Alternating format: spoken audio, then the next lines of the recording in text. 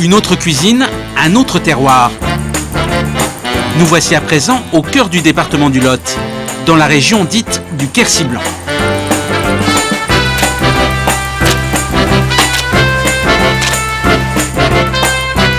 Un restaurant qui fait également maison d'hôtes et 60 hectares de culture.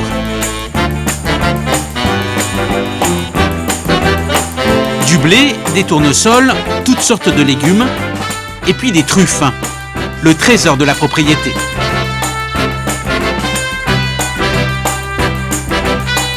Nous sommes sur le domaine de Patrick Dullaire.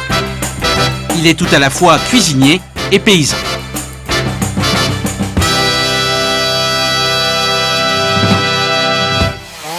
Au cœur de l'été, il est 7 h du matin. La journée de Patrick commence.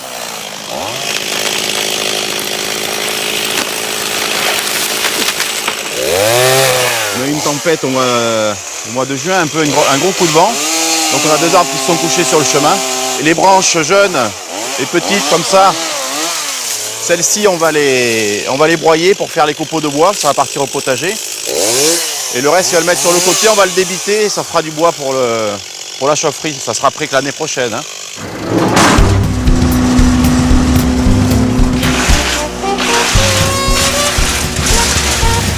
Le petit bois est broyé. Les copeaux serviront d'engrais bio pour les cultures de Patrick.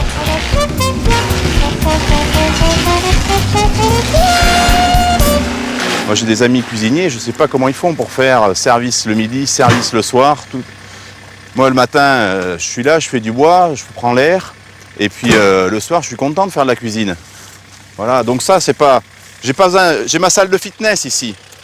Elle est là, au grand air, vue sur la nature.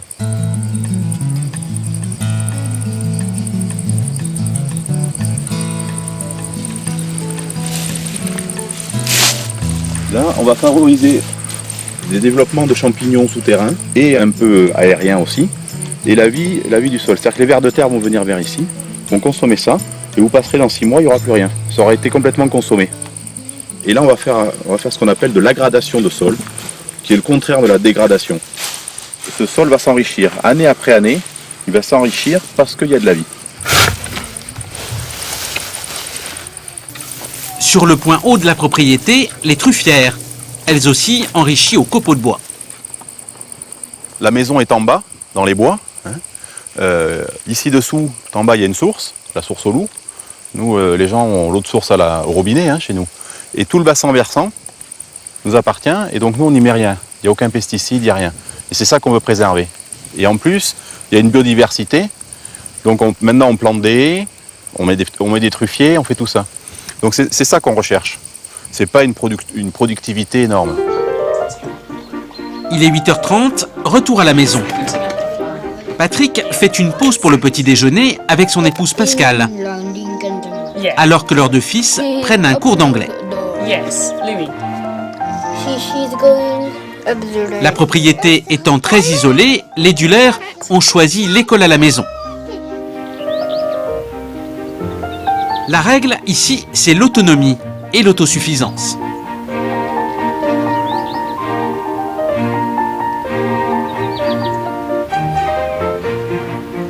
Ces légumes, bon, bien sûr c'est en bio, il n'y a pas d'engrais, il n'y a rien d'extérieur, ni engrais organique, ni engrais chimique bien sûr. Donc ces légumes, ils ne vont pas devenir très gros, ils ne seront pas forcément très beaux, mais par contre ils auront du goût. Les légumes, quand on les a juste à côté comme ça, ben, on a la fraîcheur quoi. Et quand on les plante, quand on s'en occupe, en fait, c'est en même temps qu'on réfléchit à ce qu'on va faire. Donc là, moi souvent, je ne sais pas ce que je vais faire le soir. Je le découvre en me promenant. 18 h, fin de la journée du cultivateur. Deuxième partie de la journée. Et début de la soirée du cuisinier. Et voilà, on va attaquer la soirée. Bon, ça, il y a un petit peu de monde ce soir. On a 4 chambres, une table extérieure. Ça fait 12 personnes qui mangent, en 5 tables. Tout seul à ma cuisine, ça va Ça va m'occuper, je pense, ce soir. Ça va être bien. La marque de fabrique de Patrick, c'est la gastronomie du Sud-Ouest, entièrement bio. La matière première, ce sont les produits du domaine, à commencer par les légumes du potager. Ça, c'est les aubergines. Aubergines rondes de Florence, une variété à chair blanche, toutes fraîches. Elles sont ramassées, cuites. On va faire un carpaccio de courgettes, vinaigre balsamique. Petite émulsion à truffe et vinaigre balsamique. Ça va être très bien. Et pour les produits qui ne sont pas 100% de chez lui, comme le foie gras ou le porc noir de Bigorre, Patrick a ses producteurs 100% bio. Ça, c'est la noix de longe. C'est le filet du cochon qui est mariné avec des herbes. Et là, on va le faire griller entier.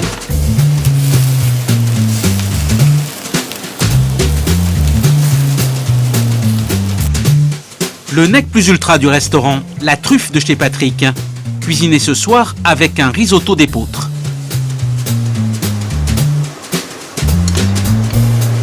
Et la truffe, il ne faut pas qu'elle cuise, donc je veux toujours la mettre au dernier moment. Il faut juste qu'elle chauffe, qu'elle diffuse son parfum, mais plus on la fait cuire, plus on perd d'arôme. C'est parti. En salle, c'est sa femme Pascale. Les aubergines avec un mélange de mélisse et de coriandre fraîche. Tout est délicieux, ça vient du jardin. On a vu d'ailleurs, on l'a vu cueillir les légumes. C'est délicieux. Parmi les clients, un couple de Marseillais, Michel et Yves. On vous a fait un filet de porc noir gascon, le même cochon qui a servi à faire le jambon. Ça, c'est donc le filet, mariné aux herbes et aux épices sur une recette du Moyen-Âge. Il a un beau savoir-faire. Parce que j'adore faire la cuisine et tout, mais là, j'aimerais bien le voir faire. Et puis il a la pomme qu'il faut, la qualité du foie qu'il faut. Ça vous a plu, ouais? C'est le plus difficile en cuisine.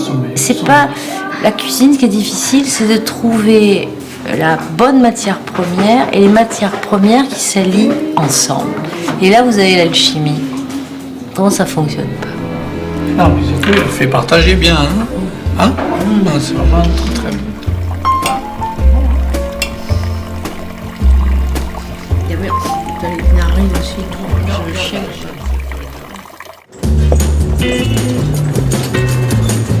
Le lendemain matin, sur le sentier qui fait le tour de la propriété. On est atypique. Destination, le point culminant du domaine. Un plateau de 20 hectares sur lequel Patrick cultive depuis 25 ans des truffières. C'est sa grande fierté. Il va faire découvrir cet endroit à Yves et à Michel, les deux gastronomes marseillais. Un vaste espace où il a planté plusieurs milliers de chênes et de noisetiers truffiers. 3 chevaux en liberté se chargent de la taille des arbres.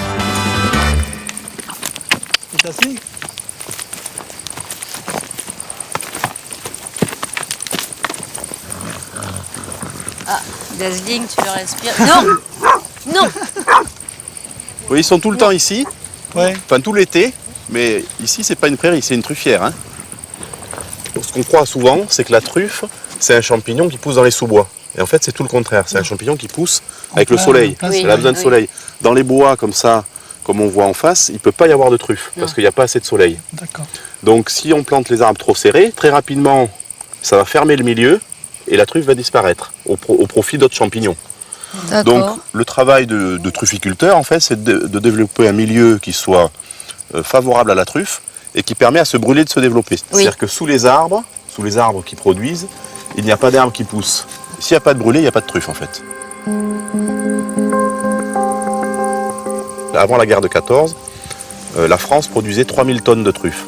Et en ce moment, les bonnes années, on produit 30 tonnes, donc 100 fois moins. Mais ça, c'est les bonnes années. Les mauvaises années, on produit 10 tonnes. L'agriculture est devenue intensive. On a mis beaucoup de produits chimiques sur les sols, donc, et notamment ce qu'on appelle les fongicides, c'est-à-dire les anti-champignons. Et donc on a tué la vie du sol. Et on se rend compte que, si vous voulez, la truffe, c'est un révélateur de de toutes les erreurs qu'on a fait en matière agricole, parce qu'elle est beaucoup plus sensible que le reste. Et là, on se rend compte d'une chose, c'est que dans les terrains où la vie du sol est active, la truffe et les arbres résistent très très bien à la sécheresse. Patrick a peu à peu débarrassé ses terres de toute trace de pesticides et autres engrais chimiques. Il lui a fallu 12 ans pour récolter ses premières truffes. Aujourd'hui, c'est le must de sa cuisine.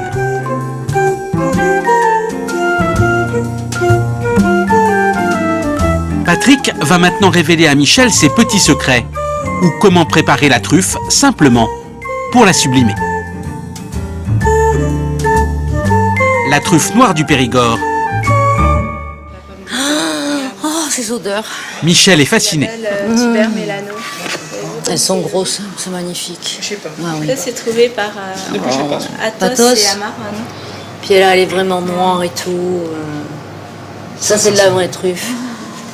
J'apprends dans ce sens. Voilà. Premier exercice, le tranchage de la truffe. Il réclame la plus grande attention.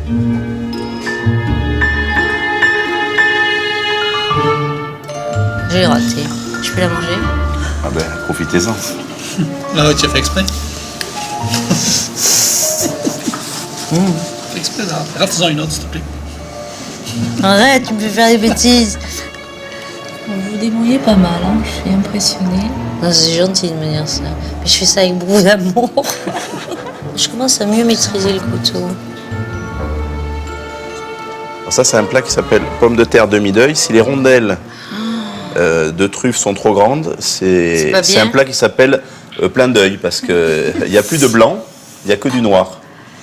Voilà, parce que là, la truffe va infuser sur la pomme de terre. Et ça, on va le hacher à la fourchette.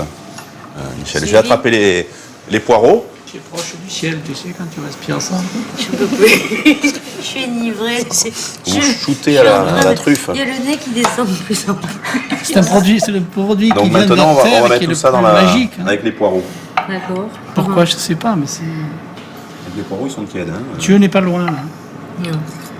La préparation d'une sauce à base d'échalotes, de poireaux, de brisures de truffe et d'huile de tournesol, une huile que Patrick fabrique lui-même sur le domaine.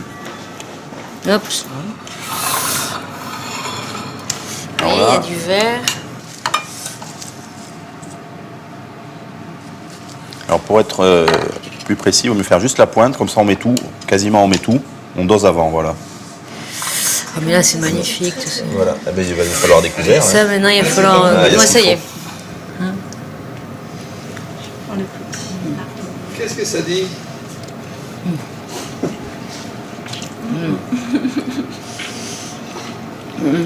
C'est entouré de gourmande, hein, je sens. Je vois pas tes yeux, là. Ah mais je peux pas, ils sont fermés. C'est très bon. Vous voyez, le sel, il faut moins ça. Oui. C'est très très bon. Et le mélange de texture aussi. Voilà. Et le craquant, et le... Ça, vous faites ça à des amis. Vous les gardez pour toujours, les amis, là. Ça y est, comme on dit à Marseille, vous en dépéguez plus.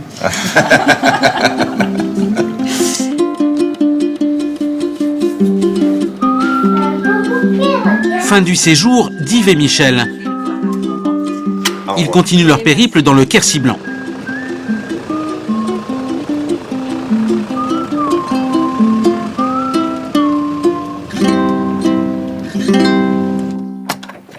Quant à Pascal et Patrick, ils reçoivent aujourd'hui une précieuse marchandise qu'ils ne supportent pas d'attendre.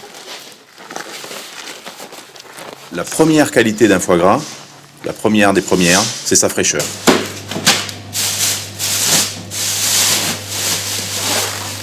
Les foie gras, quand on les reçoit, c'est des animaux qui ont été tués le matin même et on les reçoit à midi, au plus tard. Et dans l'après-midi, ils sont finis. C'est pour ça que quand le livreur arrive, on est là, on attend, on est prêt à réceptionner et dès que ça arrive, on le fait. Je trie, on va regarder ce qu'on va faire avec, c'est là que ça va se décider et après, on va continuer jusqu'à ce soir. Tant que c'est pas terminé, on n'arrête pas. Vous faites ça toujours à deux, Pascal?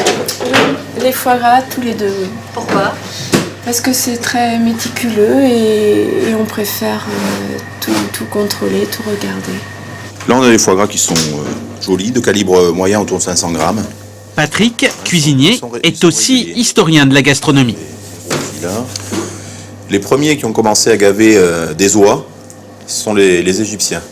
Les Égyptiens avaient remarqué, c'était des gastronomes, ils avaient remarqué que les oies, juste avant les grandes migrations, étaient plus savoureuses que le reste de l'année.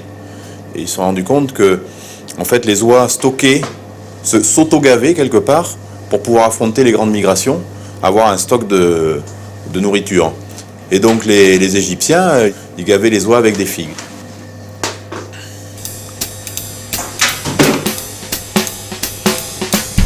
Pascal dénerve les foies, tandis que Patrick continue son voyage dans l'histoire culinaire, avec la préparation d'une sauce aux épices et au miel, dont il tient la recette du cuisinier de l'empereur Tibère, qui écrivit le premier traité de cuisine il y a 2000 ans.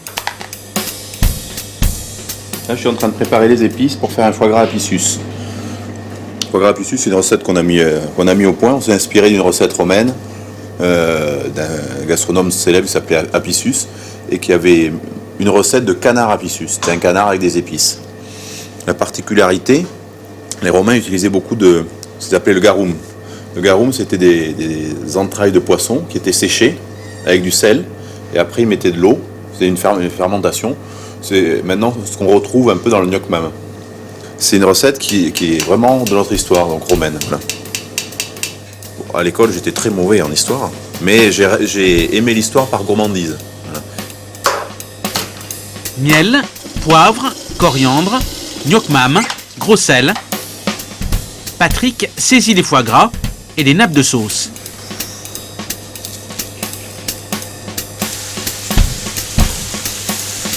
Il suffira ensuite de les cuire au four pendant un quart d'heure.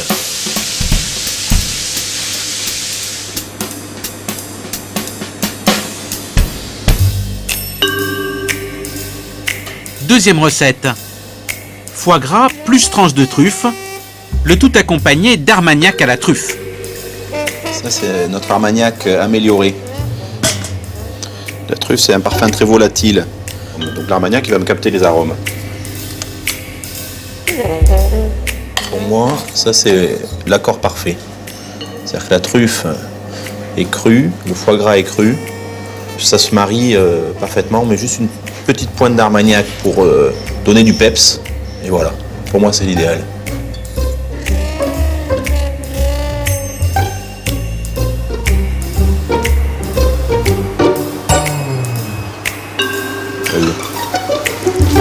Ce qui est impressionnant, c'est que même le morceau qui n'est pas en contact direct avec la truffe a énormément le parfum de truffe. C'est comme ça que je l'aime. Le foie gras maison, c'est l'une des grandes spécialités de Patrick, tout comme le cochon noir de Bigorre.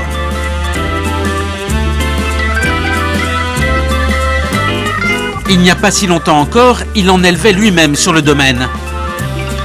Maintenant, il se fournit chez Pierre, à côté de Marciac. Patrick parcourt une 50aine de kilomètres jusqu'au département du Gers.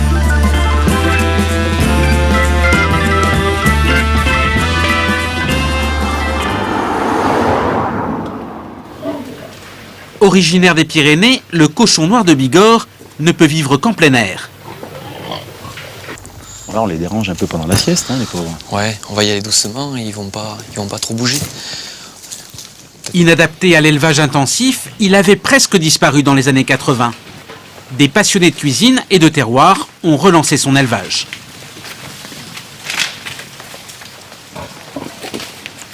Voir ça, vraiment, c'est le bonheur. Moi, je me régale.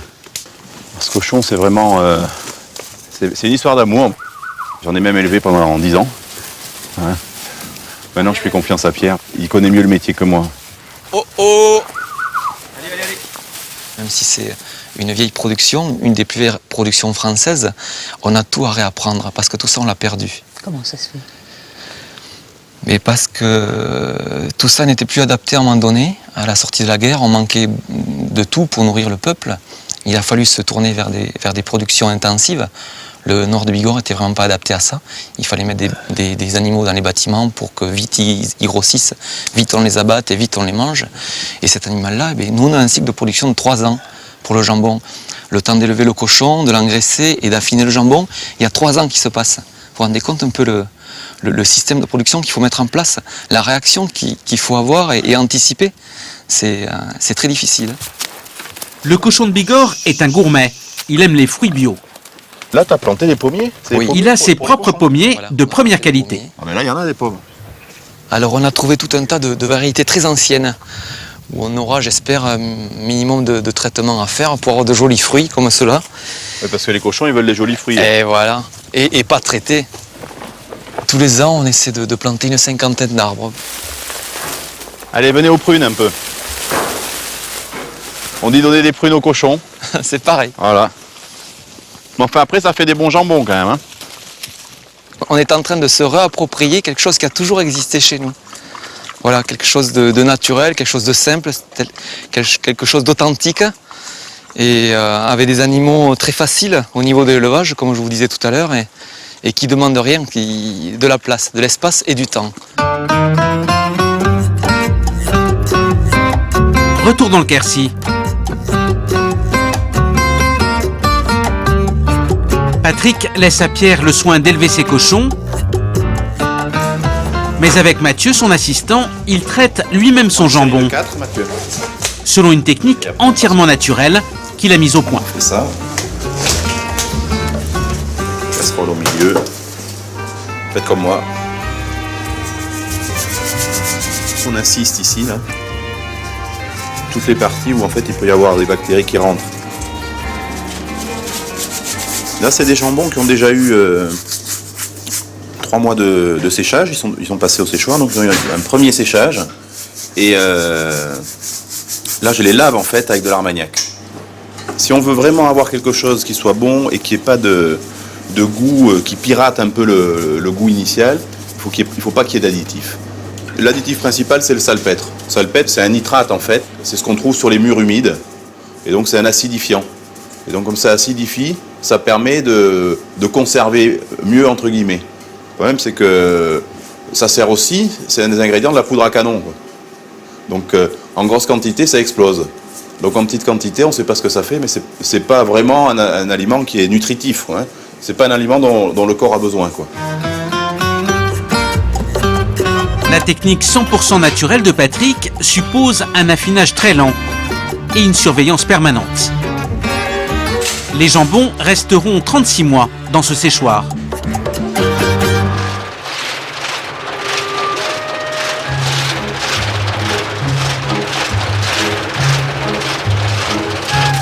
Un mois plus tard, c'est le début de l'automne et le temps de la récolte des tournesols. Chez Patrick, ils sont peu nombreux et de très petite taille. C'est normal, ils sont bio.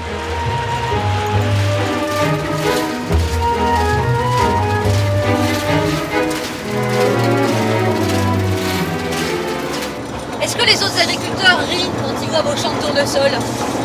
Beaucoup rigolent, surtout ceux qui ne sont pas en bio ou en biodynamie, parce que eux, ils ont des tournesols qui sont 4 fois plus gros que les miens, puis il y en a 4 fois plus aussi. Enfin, ils sont dopés, hein, donc ils utilisent beaucoup d'engrais chimiques ou d'engrais organiques. Alors que nous, ce qu'on recherche, c'est que la plante aille vraiment chercher ce qu'il y a dans le sol. Voilà. Et que le sol suffise à la production de la plante. Mais ce qui fait que derrière, l'huile que je vais faire avec ce tournesol, elle va être riche en oligo-éléments, en oméga 6. Et ça va être une huile de tournesol qui va être vraiment riche et bonne pour la santé.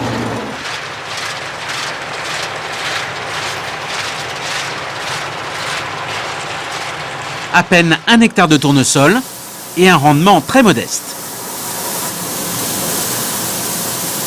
Ça, c'est la récolte de l'année. Ça va nous permettre de faire un petit peu d'huile. Quand je regarde ce grain, d'abord, dessus, il y a plein de coccinelles. C'est-à-dire que vraiment, on voit qu'il y a eu de la vie et qu'on n'a pas tué la vie qui se passait là-dedans. Donc là, dans la nuit, elles vont un peu s'envoler, elles vont aller faire leur vie ailleurs. C'est de la belle graine, quoi. Voilà. On a envie d'en manger. Ça se mange d'ailleurs. Ça se mange très bien. Les Espagnols font les pipas avec, grillés avec un petit peu de sel. C'est extraordinaire.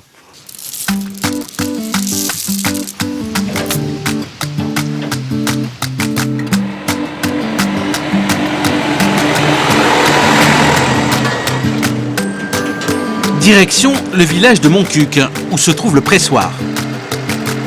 Il appartient à une association de producteurs de céréales.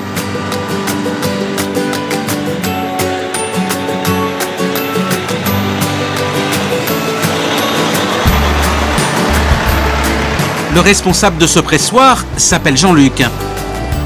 C'est un ami de Patrick. C'est lui qui se charge chaque année d'extraire l'huile de ses tournesols.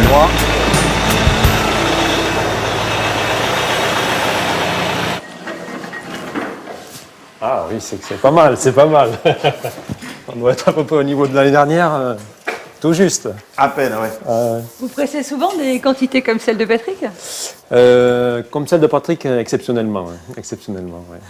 En général, c'est quand même des plus grosses quantités. Mais bon, la qualité, ça ne présage pas de la qualité, donc c'est ça l'essentiel. C'est sûr que... Il a par contre une graine qui est exceptionnelle dans le rendement en huile, puisque ce qui fait la qualité d'une graine, c'est son rendement en huile. Et il a un très bon rendement, c'est-à-dire que par rapport au volume de graines qu'il m'apporte, c'est lui qui a le meilleur rendement en huile. Alors on parle beaucoup de l'huile d'olive, mais l'huile de tournesol, elle est vraiment complémentaire de l'huile d'olive. C'est pas la même chose qu'il y a dedans. Mais c'est une huile qui est aussi intéressante que l'huile d'olive à consommer.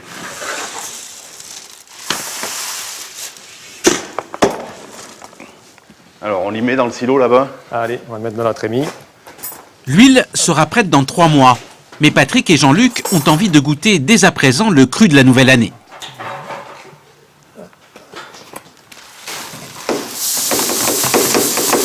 Pour les néophytes, l'apparence de l'huile qui va sortir du pressoir peut surprendre. On peut s'étonner de la consistance du produit à l'état originel, mais bon, le produit à l'état originel, c'est ça, quoi. C'est cet aspect trouble, cet aspect où il y a toute encore la matière, il y a de la vie dans cette huile, elle vient juste d'être pressée, et tous les éléments sont un petit peu mélangés entre eux, et après il faut un peu de temps, 3 mois, et l'huile, tranquillement, elle se dépose. Les éléments les plus lourds tombent les premiers et les plus fins progressivement. Et petit à petit, elle devient limpide et c'est là qu'elle est la meilleure, quoi. C'est sûr que quand on voit cette huile brute comme ça, avec toutes les particules en suspension, on a du mal à imaginer que ça va faire une huile avec une teinte dorée de tournesol bien claire, hein.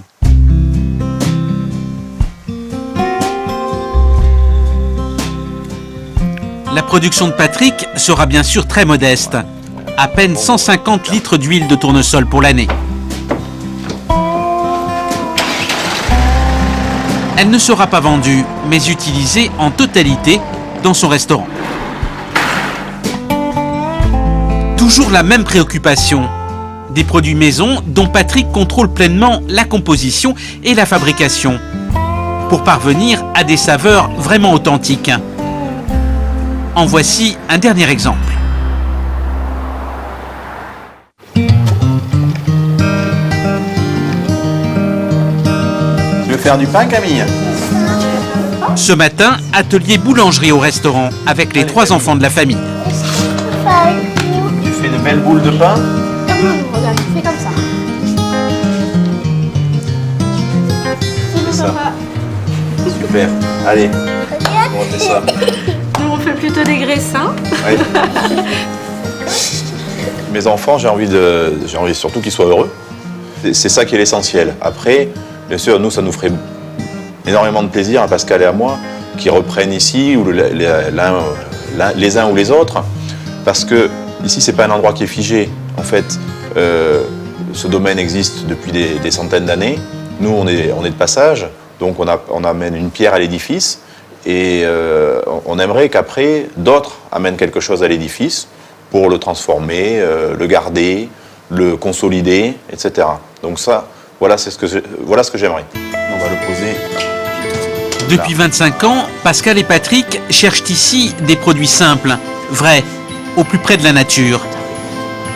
Aujourd'hui, comme Gérald de Paseda à Marseille et comme Valérie Gentil et ses producteurs, ils sont persuadés que cette quête des saveurs authentiques représente l'avenir de la gastronomie.